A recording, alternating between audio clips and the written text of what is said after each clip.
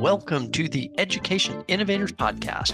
I'm Eric Byron, and it is my privilege to host this show where I get to talk to folks from all over the world who are education thought leaders and innovators.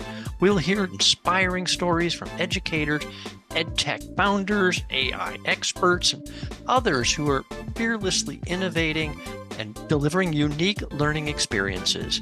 I'm glad you're here. Let's get started. That it's inevitable, whether, there's good sides or downsides, and our best shot, our best way to help kids is to help them prepare for this world, which includes helping them learn how to use it and do good things with it. There are plenty of people who are going to do bad things with it. We already see it. Right. So why not work with kids, give them a chance to succeed in this AI world? There's no simple solutions, and help them use it in a way that most people would view as positive. Stefan Bauschard is my first repeat guest on the show, and he is back to talk about how we need to shift our paradigm from using AI to gain efficiency in teaching within the current models and curriculum to teaching students how to thrive in an AI world where the job market in 4 to 5 years from now may be radically different than it is today. Oh, and fasten your seatbelts because Stefan gets really passionate about this stuff, and this is an unscripted conversation. So hold on tight. This is going to be fun. Welcome to the Education Innovators Podcast. I'm Eric Byron, and today I have back on the show with me a repeat guest. I have Stefan Bauschard, and he's a course instructor. He teaches an introduction to AI at the Union College. He's also an AI literacy curriculum designer for Study Hall in the UK.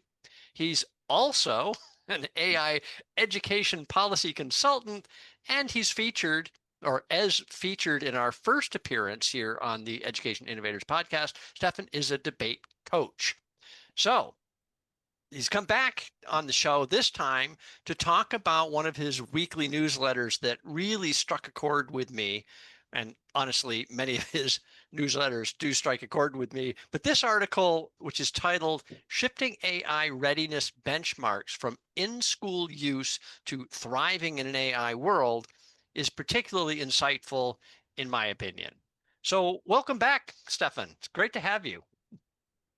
Thanks, Eric. It's great to be back on the podcast. Since it was one of the first ones I did, I was a little nervous, but we mostly focused on debate, and I got to riff on debate, which was my original career, and now that I've done a lot with over the last 2 years. So it's great to be back, these 2 years later. Well, it's good for me too, because it was your first one. You were only my fifth guest on the podcast. I loved our last episode. I challenged you to a debate on debate-centered education, and that was really, really fun. But so catch me up a little bit. It's been 18 months or more. So what have you been doing? What's going on? A few things that, done a lot of writing, both of the kind of the second book, and I'm actually working on a third book. It's on AI, debate, pluralism, and artificial intelligence. And the idea is that we don't want to have one kind of dominant AI model, and we already have different models from different companies, but within that, we want to have different AIs that have different belief systems that interact with people in different ways. And we have some different chapters relating to education. I wrote one on AI safety. We have one about the development of the city. So I've been doing a lot of writing, and I've done some work with some schools with AI guidance policies and AI adoption, and that's been fun. And the last one I worked on, they really kind of push the limits. The kind of last part of the policy is about preparing students for an AGI world, which is kind of something that's really kind of become part of my focus. So that's exciting. As I mentioned before we started, I just took a job down here in Florida helping a private school as like an AI coordinator. We're still kind of finalizing the title, but helping the school prepare for a world of AGI, and they have a debate team. So, I'm going to be helping with that, and, I'll be continuing all my other debate work. I'm loving it. I'm loving life. I'm working with AI and debate every day. And I guess the other thing I started a little bit was entrepreneurship. I just started this. I started an online class with high school students, and I'm co-teaching this with a student who graduated from business school. He works in mergers and acquisitions. So Okay. he's teaching them, more of the business side, and I'm teaching them to use the AI tools as employees to help them build their businesses. And they've been able to start building things pretty quickly. And right now, I'm actually teaching a summer class, an afternoon summer class to middle school students ages 10 to 13, doing the same thing. We're learning about basic business development, and they're working with AI as their employees, and they're building things out. They're going to do some presentations on Friday on Oh, what they built. So wow. it's fun. So Yesterday, exciting.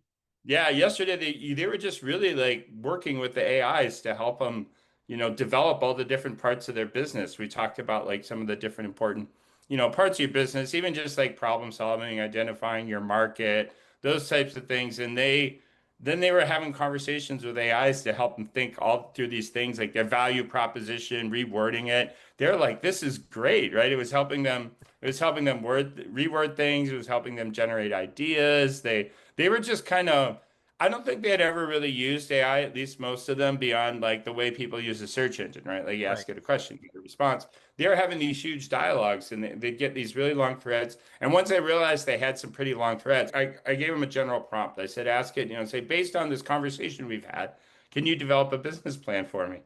And, they were really blown away Yeah. by it. That's, But they weren't. There's all this brain rot, right? Discussion going on. Their brains are not rotting at all. They're working really hard, developing their businesses, and they're young kids. And I was like, wow, this is like, a lot of times kids those age they have like a lemonade stand or something, right? So yeah. this is like pushing way beyond the lemonade stand. So it's pretty exciting times. Yeah. I did kind of joke I was a little bit useless because I'd given them a little time to work, but like ten minutes that got by, I said, okay, well, we'll see what they're actually doing. And, I better check in on them. They're like, we're fine. Yeah. They were all like, I mean, and I looked, because I said, oh, show me, the conversations you have with AI. And they're these really long conversations. So they weren't just sitting there like distracted, like playing video games or anything like that. They were, Yeah. they were just really engaged Now at 10 or with 11, AI. are they using voice instead of typing? They were still typing, Okay. which actually, given, we were kind of in a conventional classroom, it probably would have been a little difficult. But I did show them the voice, but they're primarily working in text. But, I think as a mode of work, it will switch more to voice. Obviously, it will be a little harder in a school when you have a bunch of kids Right. maybe in Right. a room, a Yeah. similar spot. But, Yeah. that will be a change in workflow. Yeah, yeah, no, I just heard something yesterday podcast I listened to Yeah. about technology and companies and investing and stuff, and they Yeah. were talking about the next generation of phones with AI on board and how much that capability is increasing, and companies like Apple are really investing heavily in that ability to really integrate AI into features on the phone.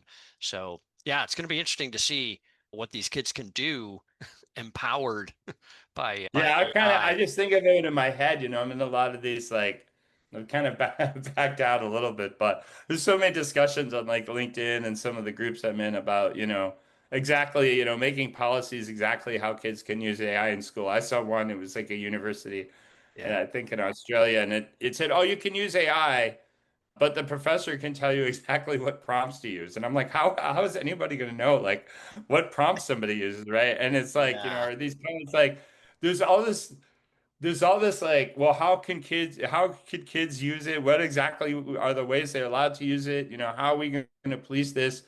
And it's like, then I'm working with a kid and who's 10 years old and he's building his own apps yeah, with AI. And I'm thinking like, okay, well, I guess like maybe you can like kind of do this for another year in college. I don't really even think like you can if the kids know how to use the technology well, but okay. Well, we'll limp along like for another year. And that's beyond the question whether it's a good idea or not. But okay, we'll limp along. What are you going to do in like 8 years when this kid goes to college? If we still have traditional college, and he shows up, and you're like, "Oh, here's our AI usage policy. This is when you can or can't yeah, use AI." And he'll have like 900 apps on his computer that he already built and in a business, and all these kind of things. And yeah, same with the other kids in the class. I reference him because he's a little farther along on the app side, but that's what these kids are going to be doing, right? I mean, I have yeah, kids like 10 to 13 and building your own businesses, having conversations with AIs, like jumping from one part of the conversation to investigate another thing to take their idea in a different direction. Today we're going to learn how to, use that material to build slides and do like a presentation. And, then what they're going to go to college and, a professor's going to say, oh, well, you can only use AI in this exact way. And like, Yeah. here's the prompts you're allowed to use. It just seems to me it's just so disconnected. So, For the way the world's changing, for good or bad, it's changing that way, right? But well, so it brings up an interesting point, and we're going to get to your article, but yeah, I want to touch on this because you made me think of this as we were going here. So, right. are you worried at all about what these kids now do when they're not in your classroom with AI? Right. So it's one thing to kind of supervise and be there to make sure that they're staying on task and on focus and that AI is not teaching them how to make porn sites or something, right? But Right. do they do you worry about a 10 or 11, 12-year-old going off on their own now and having a lengthy conversation with AI unsupervised? Yeah, I do worry about that. I mean, I don't really. I mean, there's kind of two types of worries, right? There's the first worry of, well, are they doing their schoolwork with AI and they're not learning anything, right? And I kind of divide schoolwork into like two categories, right? Schoolwork where kids like they get the assignment, say the assignment's write a paper, they have the AI write a paper. Obviously, they're not really learning anything, right? And it's strange. There's so many studies, and they basically say when the kids have the AI do all their work, they don't learn anything. I don't know. We needed a study for that. Eric, if you do all my work, I'm not going to learn anything. But okay, Yeah. people need to publish studies to get tenure. So we have all these studies that say when the AI does all the work, the kids don't learn anything. Yeah, and I have concerns about that. I mean, that can be, at least partially or substantially addressed through instructional redesign, which people resist. But, I mean, it's still a problem, right? Yep. The second is, of course, like, these kind of, I don't know how to describe them, but more kind of like emotional connections that kids develop with these AI bots. And, if you use kind of, or I guess say it used to be the case, if you're using like a mainstream, like a Chat GPT or a Gemini, of course, you can kind of jailbreak it and stuff. People have shown that. But for the most part, it kind of resists a user tries to have those type of conversations. Now, I just saw, Grok XAI, that's Elon Musk. I mean, Yep. he built like this little like anime thing that like you can have like strange inappropriate conversations with. And I assume there doesn't seem to be any like real age restrictions on that. So yeah, that concerns me. I was a little surprised. It was like the first class, and I'm kind of trying to get a sense of what the AIs the kids have used, just Yep. kind of where they are generally, right? And I asked if anyone has had a voice conversation with an AI, and they all had. Mm, And one said he has voice conversations with AI every day. okay. So, and obviously I don't know the content of those conversations, but yeah, I mean, it's definitely I do have a concern about it because it seems, a lot of schools have done a lot, it's more like we're schools, it's like more the continuum of like how much have you restricted the AI, right? Some have tried to Yeah. ban like every known AI site, which, in some ways it's impressive because I can't even keep track of them all. So I don't know how Yeah. they're banning all these sites, right? And then, others are, very, very liberal. But obviously, I find that I think it's really fair to say that school usage is substantially more restrictive than parental usage. I haven't not like have even met a kid whose parents restrict their AI usage in any way at all. They can sign up for whatever accounts they want. The companies, I mean, there's no verification of your age. It might ask you you're 18 or 16 or 13 or Right. whatever they want you to be, but you can lie. No one knows or cares. So yeah, I do have concerns about that. I see the arguments on both sides of that, but I think one thing people aren't thinking about is like for some kids now, they're friends on the phone. And there was a recent article or study that showed that kids, who aren't as good at making friends, they're starting to develop even relationship, even have more AI friends. Yeah. Yeah. I obviously have concerns about it. I don't think anybody knows what the answer is or, Yeah. how to Well, manage it. I had an Yeah, episode with Sonia Tawari, and this is her area of expertise is I see. the development of characters. Yeah, She actually came from the game right. industry and did character design and development In the game game industry.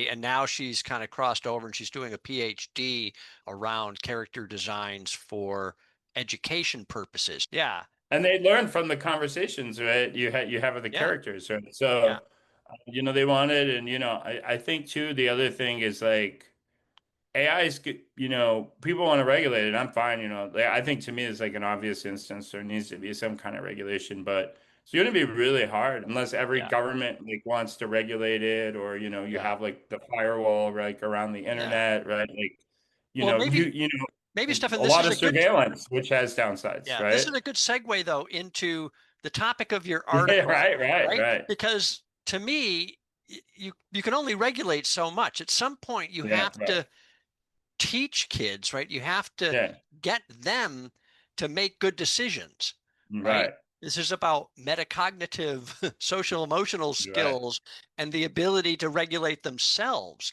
and understand what's bad for them and what's good for them, right? So I want to read just a quick quote from the article that caught my eye here and All right. inspired me to call you again and get you on the show.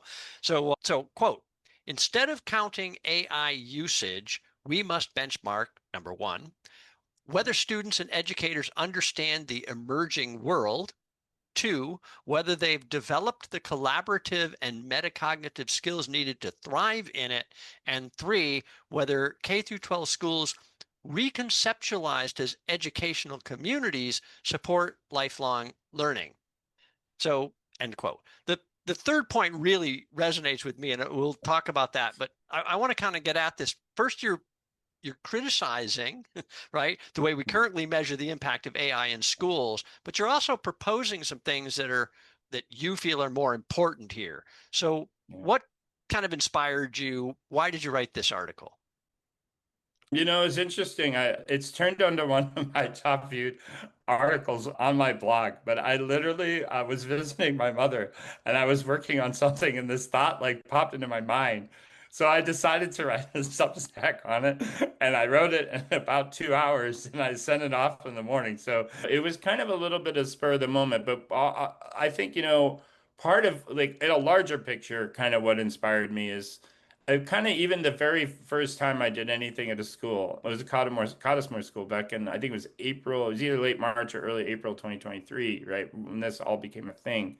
And I said there are two ways to think about AI in schools. One is use, like, okay, the kids can use it, the teachers can use it. But then the other is like, how do we prepare kids and teachers and people, right, for this world that's emerging? And I think most of the efforts have all been what I call box. I put in two boxes and I Yeah, call it box one. And, been these things like Magic School and School AI, and, they're all in box one. And, Google's done a lot of cool things with like Notebook LM and stuff, but, they just released all these like, they basically released like School AI, onto the world, right, right? With like, oh, here's a way to like generate a lesson plan. And then you look and, there's these studies. Well, these many teachers have been trained to use AI in the classroom and, blah, blah, blah. And, it's I mean, that's obviously like a good starting point. When I first started using like these generative AI tools, I used them for things like I already did, like coach debate, like I right, made vocabulary lists, exercises for the kids, right? Like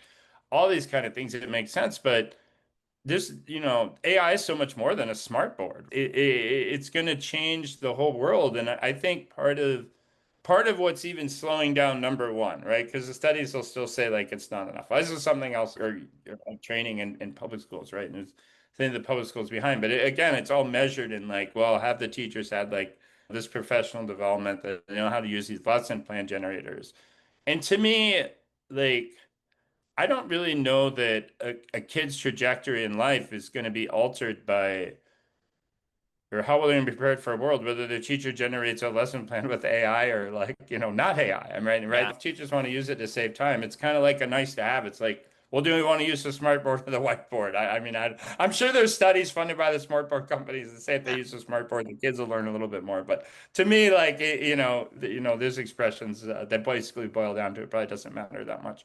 But I think what really matters is do people understand like what I used to say coming, and I'll still say coming, but it's more like what's happening, mm, right, with this world. And I think if they understood it, we could even get a little more of box number one to happen, right? Like I think schools might feel a little bit more of the impetus, but I don't think that enough people really understand like the changes that are already happening in the world And then when you look at kids, like especially kids in middle school, even kids in high school, or maybe, they're planning to go to college, right? And it's like they still got another maybe 4 years before like they enter the workforce. To the extent we have a workforce, right? And not an entrepreneurship force. But the world's just changing like completely differently. And it's like we just kind of keep doing the same thing. We don't seem to care that they're aware. It's like we want them to be aware of not just every war that happened in history, but the details of many of those battles, Mhm. right? We want them to be familiar with the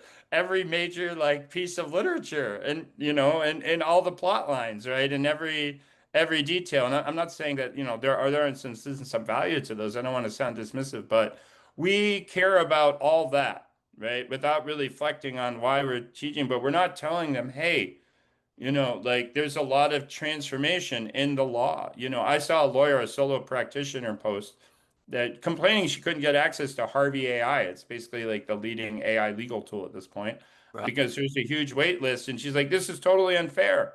Like, how am I supposed to compete? I can't have access to this tool. Right? So Yeah. it's a huge impact in the law. Medicine, there, near where I grew up, there was in Cleveland, not far from where I grew up, there was a big conference on AI and medicine. I know Google is like has this isomorphic labs where they're doing like research on drugs and starting to release or going to release these AI designed drugs and finance. Yesterday, the day before, Anthropic rolled out this finance tool to do all this finance work, perplexities, Yeah. doing that, right?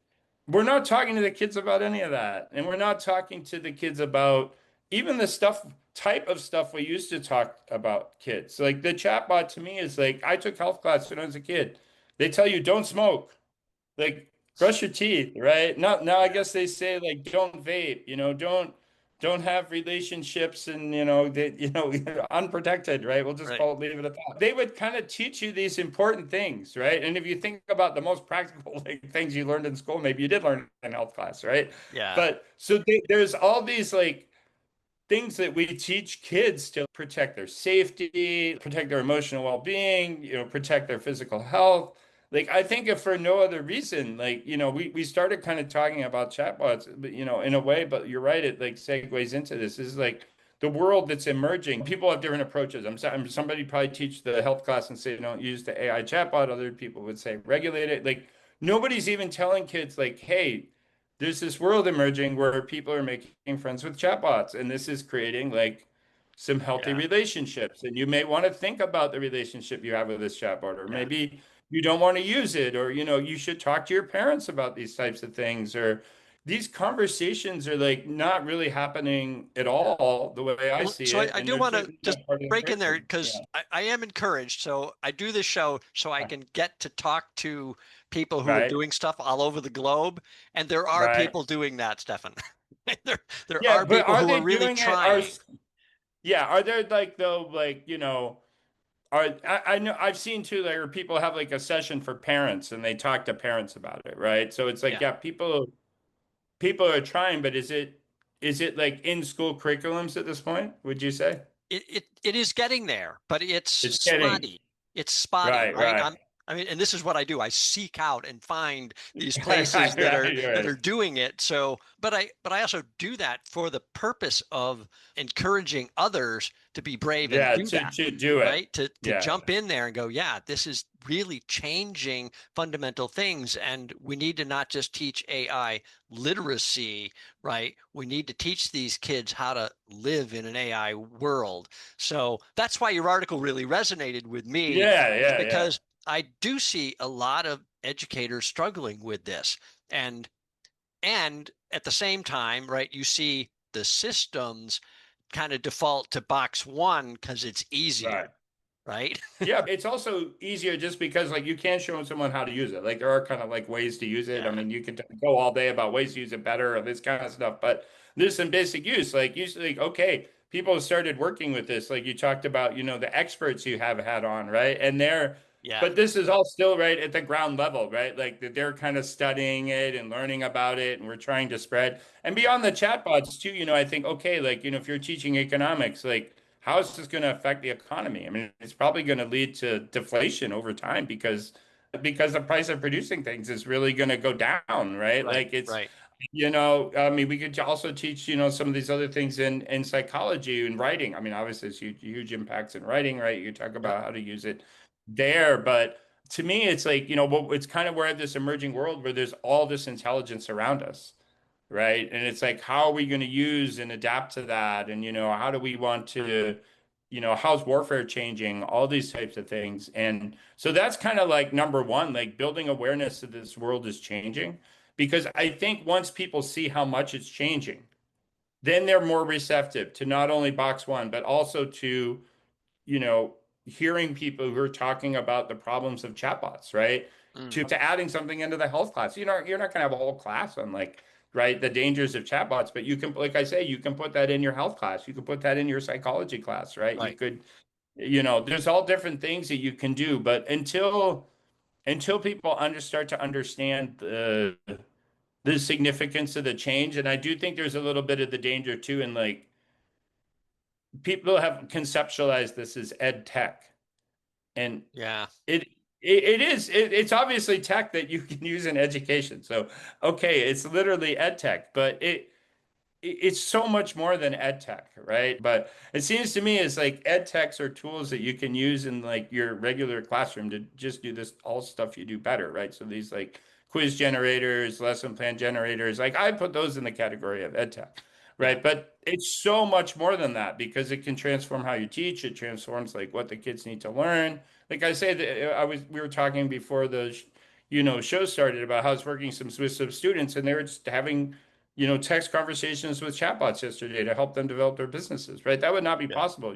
In the past, you could go like find an article. Oh, like how am I going to develop a business plan, right? But Yeah. you couldn't collaborate. And we also joked because I said, how many teachers can talk to you about, and in this case, I was referencing the chatbot, but like how to develop a business plan, the chemistry of this, new like facial product you want to develop, right? Like how to be an entrepreneur, how to do marketing, right? I was like, Yeah. normally you need like a different expert in all these areas, but the chatbot is knowledgeable in all these areas. I'll say it that Yeah. way. Well, I think somewhere, and it might have been even in one of your articles, there was a comment about imagine a world where I can have a conversation not just with somebody that has the equivalent of a PhD, but the equivalent of every Ev- PhD, Right, right, right. right? And so, That way you normally be like, oh yeah, yeah, I'll go like, oh, that's a good point. I'm gonna go find like a psychologist and ask them about that, right? And just be like, oh, okay, yeah, yeah, it's just yeah. But when you get this crossover, and I think this is,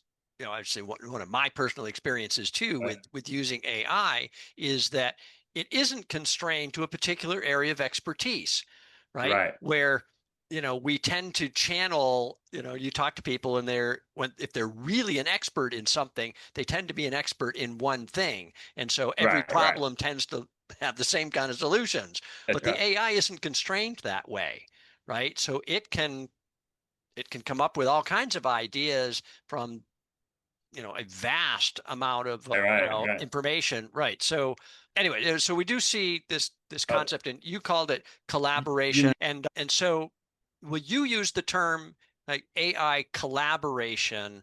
I've also heard it as like thought partner, right? So you're right, kind of bouncing ideas off, and because you're talking to somebody who has every PhD, right, right. they can give you some pretty interesting thoughts and ideas that you might not have put together. And so, yeah, this is very, very powerful. And as you point out, it changes everything, and it's getting more and more powerful and capable. And we get into agents and multi-agents and all of that stuff, which is why I love your newsletters, although they're Thank you. scary sometimes, right? I read your stuff and I Right, go, yeah. things are really changing. But I'm Right, kind of right, curious, how much pushback are you getting? Because there's kind of a polarization. You look at LinkedIn, right? And you got these right, folks who are AI is evil. This should, never be allowed in schools. It's just cheating and it's dumbing all these kids down. And then they're really anti AI.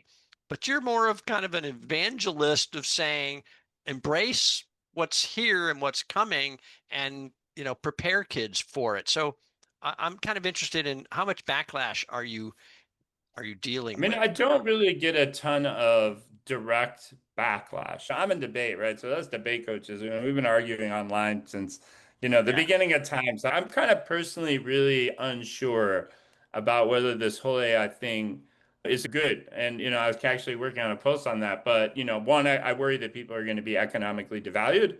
Mm, And I think when you don't value people economically, then kind of they become expendable. right. And I also think our own economic power is probably really what kind of gave us a seat at the democracy table more than anything else. So I have kind of substantial concerns about AI in that way. I'm also kind of just concerned, whether it is good or bad, like, how is society going to adapt to something? Whenever you see huge societal transitions, the printing press, the Industrial Revolution, Yeah. it's always kind of accompanied by war because you have changes in the distribution of power, right? And whenever some people lose, right, they become angry and, they'll externalize that anger. I do actually have quite significant concerns about it, but I don't think that there's anything we're going to do to slow this down, like at an individual level. I mean, you could not use AI yourself, okay, Yeah. right? But you're not going to have any broad impact on AI. As an educator, I guess you can like not use AI, and if you don't have a private school, you can hope that kids will still go there, right? But if you're a company and you don't use AI, like you're gonna have to charge a lot more for your goods. You're gonna have a lot less innovation. Like Yeah. you're not going to be able to scale your business as well. Like you're not going to be able to market as well. Like it's just a reality. It's incredibly low cost intelligence. And if you don't use it in industry, you're going to eventually lose. Like if you Yeah. don't use it in the military, you're going to lose wars, right? Yeah. So this AI Well, is going to be spread. yeah. We have data centers that like, people are planning a million GPUs at this point. So I just think that it's inevitable. Whether, there's good sides or downsides, and our best shot, our best way to help kids is to help them prepare for this world, which includes helping them learn how to use it and do good things with it. There are plenty of people who are going to do bad things with it. We already see it, Right. right? So why not work with kids, give them a chance to succeed in this AI world? There's no simple solutions, and help them use it in a way that most people would view as positive. Yeah. So how do we do this, Stefan? That's so Well, all right, let's take a quick commercial break. I want to plug the human intelligence movement. I do this in every show. It is not a paid advertisement, just an organization that I really appreciate the work that they're doing and want to support them. And their mission is to ensure that all students have the skills to thrive in an AI world. And you think about it, this aligns so perfectly with the conversation that we're having in today's episode and talking about how to teach kids how to thrive in an AI world. So let's get back to that conversation. We've got some practical advice coming. We're going to get really down to what can we do now to shift this paradigm. All right. Yeah. So how do we do this, Stefan? That's so Well, I mean, to me, yeah, I've adopted, a couple approaches, right? Like the one is, on the instructional side, I've obviously been promoting debate.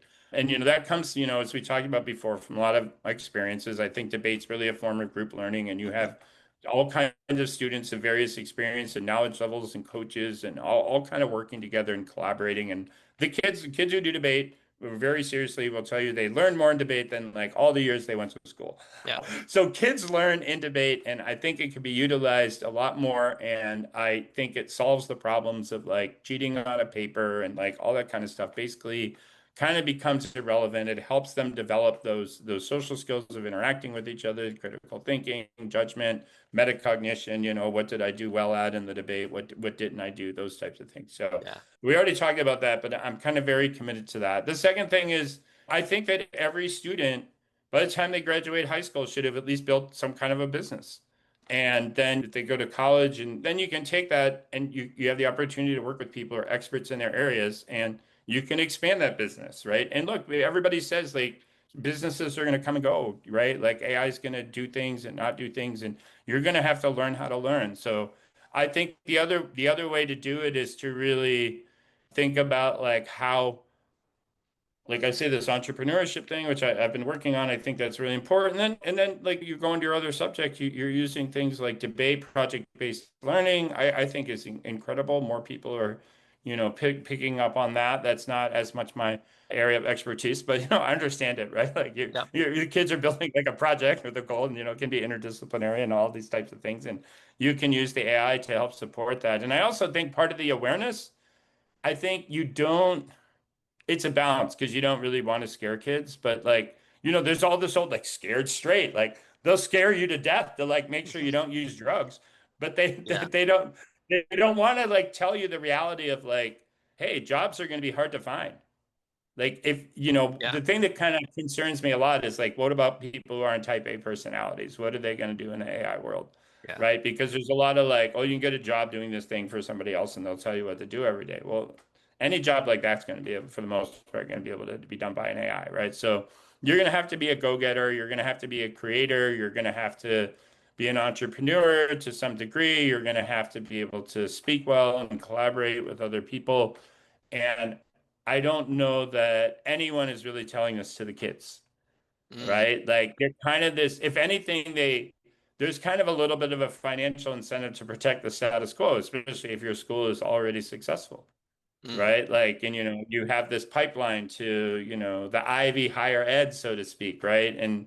And things are moving along. It's like, well, why disrupt this world? But, we're talking about a kid who's in ninth grade going to college in 8 years, or excuse me, in 4 years, and then graduating from college like four Mm. years after that. I mean, we're way, I mean, you talk, we would call it super intelligence. You can call it anything you want. I Yeah. mean, these machines are going to be incredible in 8 years, right? So the idea that I hear kids and middle school kids, well, I want to go to law school. It's like, well, I mean, maybe. I mean, I think they'll Yeah. still be lawyers, but the ones who'll be making it'll just be really the people, the very litigators, people doing the top merger and acquisition stuff, all routine legal work will be done by AI. So, and this may be true of all fields, unless we see these like Facebook people paying people, they lay off like, 500,000 programmers or whatever, and then they pay someone $100 million. They Right. need like 20 really good people. Yeah. They don't need 1,000 people, Yeah. right? Well, So Microsoft the just laid whole, off, thousands and thousands. And at yeah, least from some of what I, read about that, one of their criteria was if you're in a job that I wouldn't hire somebody now to do because AI could do it, can do then it. you're Right, getting laid off, right? right. We're just thinning out. But for them, that was on a scale of like 8,000 people Yeah, yeah, globally. yeah, I think just exactly. got laid off because the company's basically forcing everyone else to say, do what those people were doing with AI. So Yeah, it's not yeah. quite that I cut and don't. dry, but it was a factor. Right, right. I Yeah. mean, All right. So there is one point I want to touch on here from your article also. yeah, So this your third point around right, schools reconceptualized as educational communities that support lifelong learning. So this is actually a theme that's come out for me multiple times over the last, almost 2 years now that I've been doing this podcast, and this idea of communities and kind of the socialization of education, that it's not just, oh, I send my kid off to school, right. but that this is a part of my community, and the community rallies around supporting the educators, supporting the students, supporting the school. So, but you kind of honed in on this, that this is, part of what needs to happen. So talk to me a little bit about why that was your third point there. What do you think ought to happen around these communities? Yeah. So, I mean, obviously, when we think of school now, it's kind of like, well, we we have these kids and we help them learn some content and some skills, and we give them some opportunities to, kind of work with each other through sports or extracurriculars, and then when they turn 18 or whatever, then they're kind of ready to go into this world, right? But that education at a very broad level, and we don't think through every detail and like all those kind of things. You're kind of like preparing them for the world that like exists. Not that it'll never change, right? But that it kind of generally exists. Like we knew, like like when I was a kid, you could grow up and be a doctor, a teacher, a lawyer. Like that was kind of a given. Like that was all there. And now no one knows, right? There will still be teachers, there will still be doctors, still be lawyers, but probably fewer of them. So this world is becoming incredibly, it's going to change very rapidly, right? And that's why if you listen to podcasts with, even some of the top people in AI, they always come to the question like, well, what should we do for the kids? How should we prepare kids? They'll be like, oh, that's a really hard question. Yeah. And we don't really have any really good answers, but we think that they need to learn how to learn and kind of become lifelong learners. Well, Mm. becoming a lifelong learner, I mean, that's a kind of a good concept, but like, how do we actualize that? Well, the way we've actualized learning, at least for the last, 150 years, is through a school, like in the community supporting the school and kids learning. So kind of my kind of thinking is you need to kind of expand that concept in two ways. One is that you need the collective efforts of the community, right? Like within communities now, there's some people who are AI experts or they're experts on chatbots and kids, right? Or maybe they're expert on debate, right? Like something like that, right? And and two, I was talking about a 10-year-old I have now who like builds apps with with no code AI, right? Like Yeah. he could teach adults lots of things. Yeah. Okay. So we need to kind of bring that like community intelligence, right? Including the AIs, including all the people.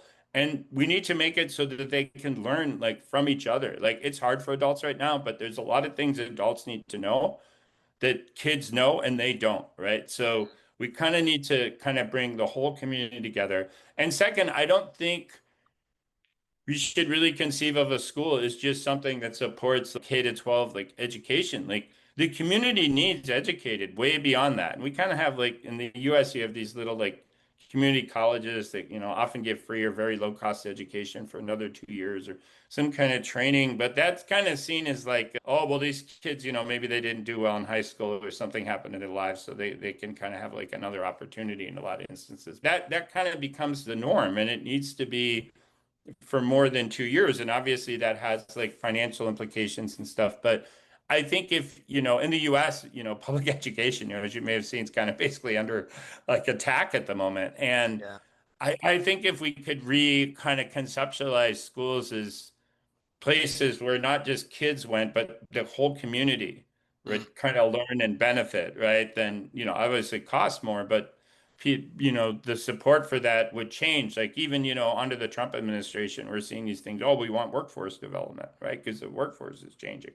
Yeah. Oh, okay. Well, we have infrastructure for these types of things, right? We Right. have But you schools. just defunded all the education that Yeah, would support yeah, that, yeah, right? right. So Yes. it's like, Yeah. if you want to put that spin on it, just kind of reconceptualize because there has to be, you're sure you can learn things from AIs and people do, but I find too, even with trainings and stuff, people they want humans. Like I went to a training with someone I work with that she was doing and she was doing the training and she's like at the end, she's like, well, I could come back or I could put some, I could make like put some videos on this website I have. And she's like, what would people prefer? Because the videos you could watch like anytime. Obviously, if she came Yep. back, it would just be like, it was, she lived a couple hours away. So it had to be scheduled. All the people were like, I'll come back. Right. Yeah. And it wasn't content that was so complicated that they couldn't have learned it from a video. Right. But they want that They human wanted the interaction. interaction, right? Yeah. Yeah. So Yeah. so people, and I think that's something we discount, right? Like we still want to learn and interact with people, right? Regardless of, like how kind of quote unquote smart or how much content like an AI or like digital thing can know, right? Like people Yeah. still want to interact with people. Squirrels, even though we're smarter than squirrels, but squirrels want to interact with squirrels, not with us, right? Right. So, I think that, and that, and then, you have opportunities for people to support one another. You get human interaction. So, people don't have only like chatbot friends. Yep. There's a lot of other values, but I think, these are, everyone says like the next 10 years are going to be challenging. Like, the leading people who, the actual AI evangelists, if you go read like Mark Andreessen's, like, Yeah. whatever, right? Like these, like, utopia, AI is going to be utopia. They also agree that, the transition to utopia is going to be fraught with difficulties. That's probably Yeah. about the most gentle way I can say it. Yeah. And I think we really kind of need to expand like our concept of communities. And, that opens a lot of doors, right? For schools, maybe schools that, could use some more students or revenue, right? To kind of look into the community. Like communities are going to, just take AI. Like whole communities need to learn about AI, at least at some basic Yeah. level. even if you're a parent, maybe you're a non-working parent, you still need to learn enough about it that you can like help your child, right? Right. And kind of deal with like maybe these chatbot issues, right? Like you everybody needs to learn about this, Yep. right? And communities can, share a lot of that knowledge. Schools can kind of, if they need to, reinvent themselves, like they can broaden their support in their community. They can support, lifelong learning is a concept, but what does it really mean and how do we actualize it? And I think, so that, I mean, in K-12 schools, so to speak, can push up, right? I think you'll see some universities and colleges, I mean, they kind of already do.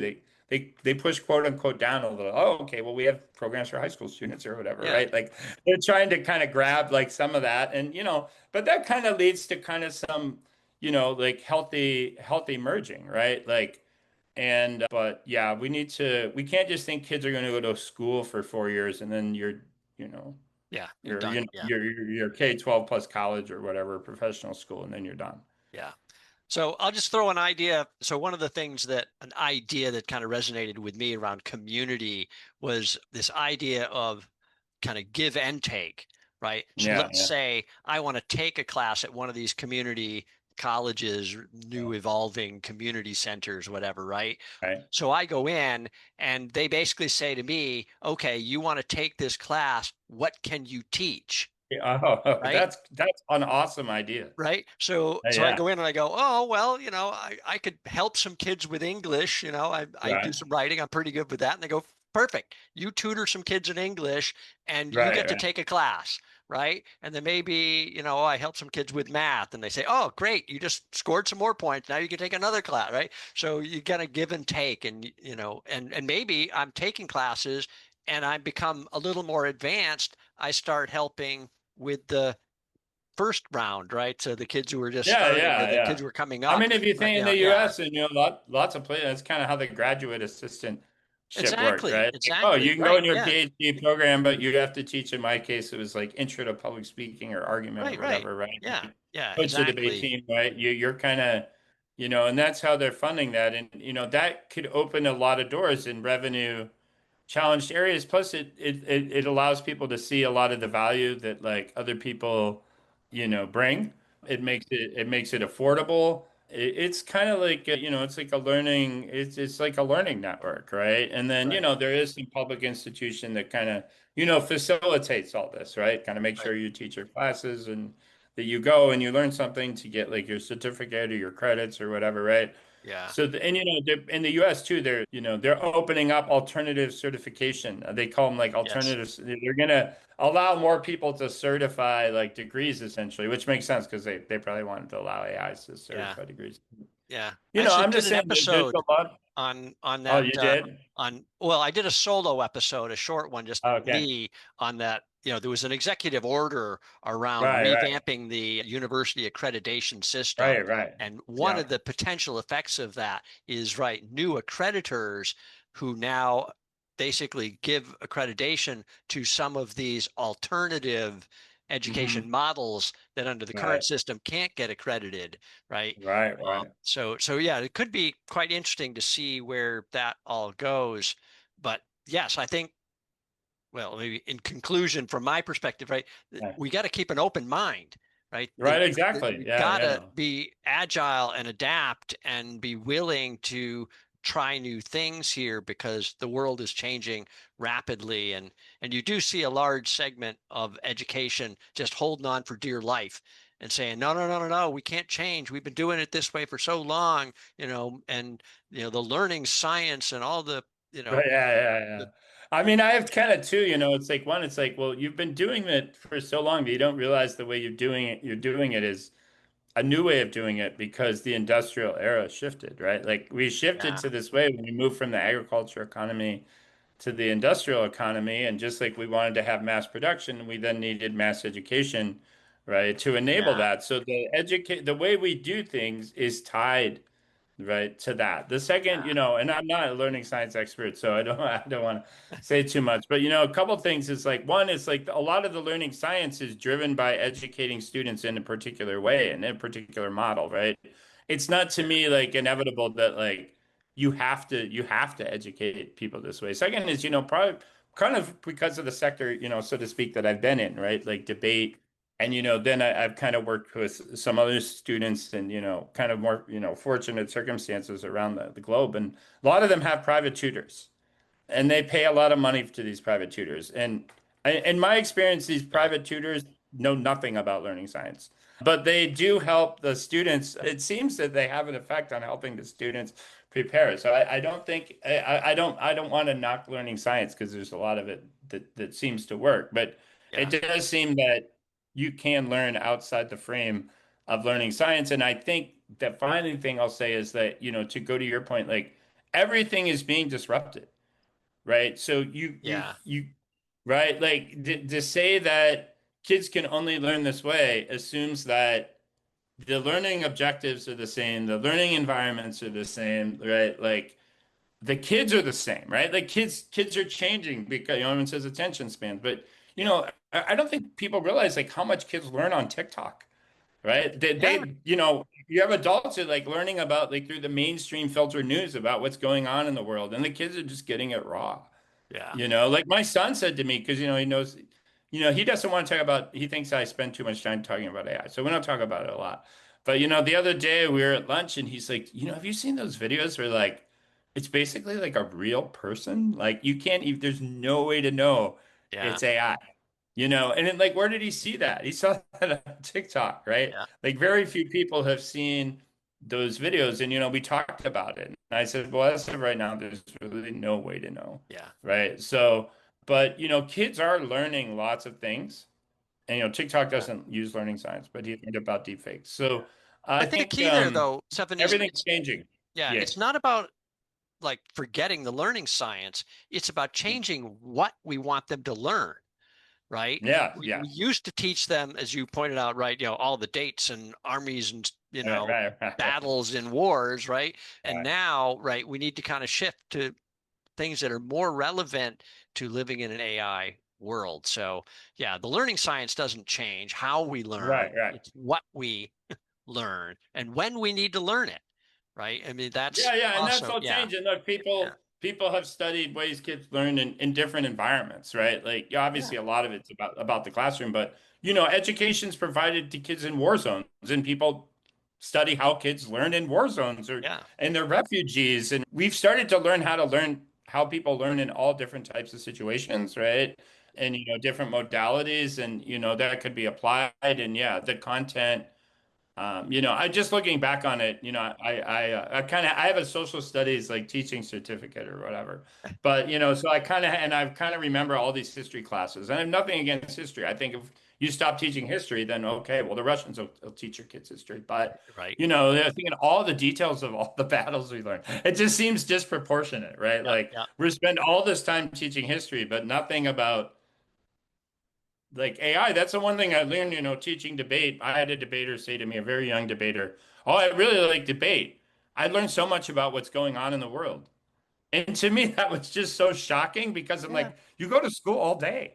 Like you have debate like after school, like 2 or 3 days a week, and you basically go to one debate tournament a month. And I'm like, you're telling me this is the place that you learn right. what's going on in the world, not where you spend like almost all your time. Yeah.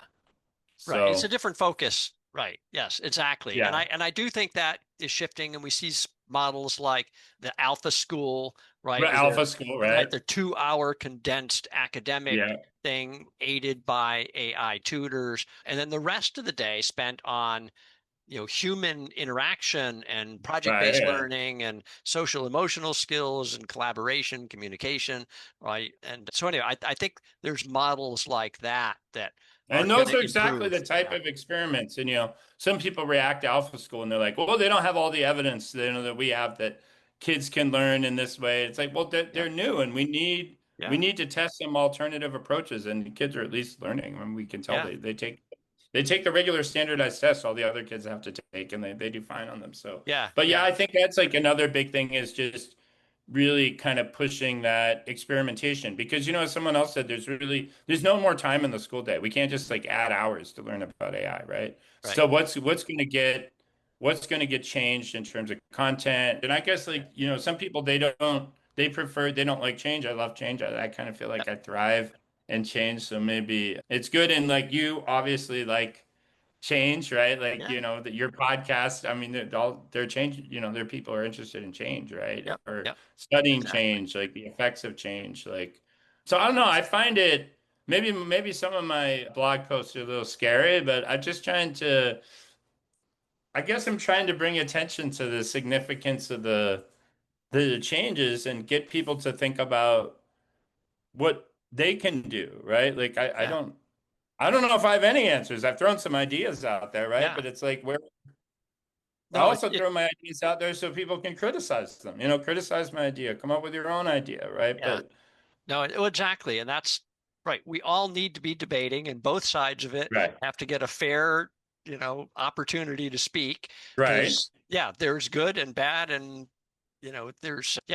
but there's reality, right? Things Yeah, are yeah, yeah. changing, Right, and right, right, people right. have to accept that things are changing. And so I do love your newsletters. Thank you. I was looking back, I'd almost forgotten this. I did another solo episode that was actually about one of your other articles. Oh, wow, You yeah, just inspired me, and I went off on thank a you. rant about something you wrote about along the way. So please keep doing that. All right, thank you. Yes, yeah, it's good. Stimulate us with Oh your yeah, and I thoughts. enjoy it too, Yeah, and that's what I'm like now I feel like too, like, okay, well, it's like I spend a lot of time on this, obviously, right? And I always felt like I kept up with the advances in AI. Now it's like I'm struggling to do that. yeah. Also, too, like when this first started, people would publish like a newsletter now and then or like a LinkedIn post, and I kind of would read just about everything. Now it's like, Oh, oh I my can't God, keep like up. there's no way. It's like, but Yeah. it's like, yeah, I was thinking, should I like just say, well, I'm going to spend an hour every day like reading what other people wrote or like listen. I find when I'm in a car driving now, I'll download podcasts Yeah. and like listen to them, right? So we're walking. So I'm trying to find ways, but there's so many ideas out there, right? And the other thing too, I don't know that like some people say, well, that's a good idea or a bad idea. It's like that's not really the point. Like in some situations, some ideas are going to work and some aren't, right? Right. And or Yes. somebody's going to be able to execute it. That's the other Right. thing I do see on the show, right? Is we have people who have this kind of great thing that they're doing, and you look at it and you Yeah. go, yeah, but that wouldn't necessarily fit in every Right. school, right? Or every Right. Right. Right. situation or every group of students, right? So Right. that's the Right. other thing I try to encourage people who listen to the show is, right, it's not about replicating exactly what you hear on my show. It's being Yeah. brave and going and trying something in your context that's going to work, right? Be Yeah, inspired yeah, yeah. or Because try I think a lot of something. times Yeah. people think like, oh, if they start a school, well, every student should be educated this way, or like Yeah. Right. this. And I was a little like when I first started teaching, I taught for 2 years. It was my first job, and I kind of tried to teach and make my classroom and everything the way I thought school should be when I was a kid. You know what I mean? Yeah. Yeah. Okay. So I created maybe the perfect classroom for me, but there were 20 other kids in the room or more, right? Yeah. And it didn't work for everybody, right? Yeah. So I think that there's that, and I don't know, there's this expression like let a thousand flowers bloom, and this is the time to do it, right? This is the time that like between you and the AI, you can provide students with a lot. I mean, just even think in a simple way, maybe a school that didn't have an economics teacher now kind of has an economics teacher, right? Yeah. Like Exactly. just simple stuff like that, right? Like, and you don't need to know everything, right? Like what those kids were learning yesterday in my entrepreneurship class, and they were working with AIs. There's no way. Like this one girl was really like deep diving into the chemistry of like this certain facial products you wanted to develop. I couldn't do that. I have in Yeah. chemistry since I was in high school, Right. right? Yeah. But Exactly. right, like and she's out there like learning Yeah. all these things, right? Well, So, I don't want to go down another rabbit hole, but yeah, you do get yeah, into the concern with stuff like that, right? That the AI, gives them false information, right? That it hallucinates on something, and yeah. I you're mean, if not an she was expert enough to actually know. Certainly, she's not an expert enough to know, right? That right, it's right. given you something that sounds plausible, but a chemist would look at it and go, Well, "No, no, no, no, no, no."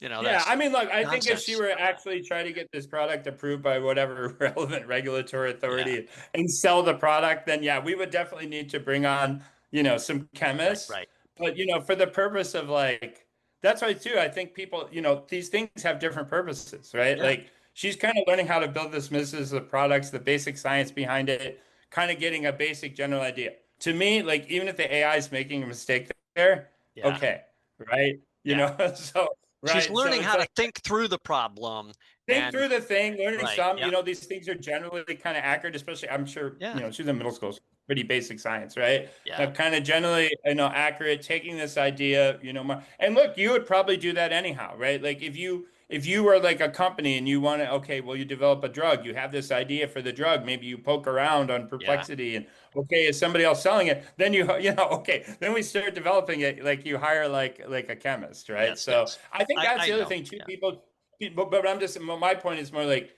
people should think about okay, well, what's the context of like the use of the AI, right? Like, and how is it being used, and what are your goals, and all these types of things, and Yeah. but yeah, we could go down that whole other Yeah. rabbit hole. Yeah. But Well, we could talk for hours here. I again, think. we have our general theme, like we're Yeah. experimenting, we're thinking about how to prepare kids for this lifelong this world that's coming where they need to be lifelong learners and Yeah. thinkers, and but it all fits within there. Yeah. All right. Well, I know you have things to do. So yeah, it's Yeah. great. But yeah, I gotta get ready here for entrepreneurship and AI. All right. Uh, Well, have some wow, fun doing that. I'm so glad thanks. I got you back on the show. This has been, Yeah, it's great to be back. I love yeah. you always push the thought and like, your whole podcast, all these Yeah. ideas and how we think through things. It's great. Yeah. Yeah. I've had some really, really interesting guests and I have more lined up. I'm very That's excited awesome. about the second half here, season 3, and then onward from there. Who knows? Right. Onward and upward, as they say. Well, good luck with it. Yes. Thanks for Great. doing it. And thanks for having me. All right. Thanks, Stefan. All right. Bye. Bye. I love Stefan's passion. He doesn't pull any punches. He says the things that need to be said, even if they make us uncomfortable. AI is going to change the world. Now the question is, what are we going to do to prepare students for what's coming? Okay? I mean, we really have to think about this. We can't just keep doing the same thing. So he offers several pieces of practical advice. He suggests using debate-centered learning and project-based learning. These things have come up before on the show. Really, really good advice. He also says that we need to talk about, right? This is really important. We need to talk to students about the changing job market, right? We need to prepare them for this. Entrepreneurship skills may be another strategy that we can look at that give kids a handle, opportunities in the new world with AI replacing many entry-level jobs. Okay, I'm Eric Byron. Thanks for listening to the Education Innovators Podcast. And to all those education innovators out there, keep doing what you're doing. You are making a difference.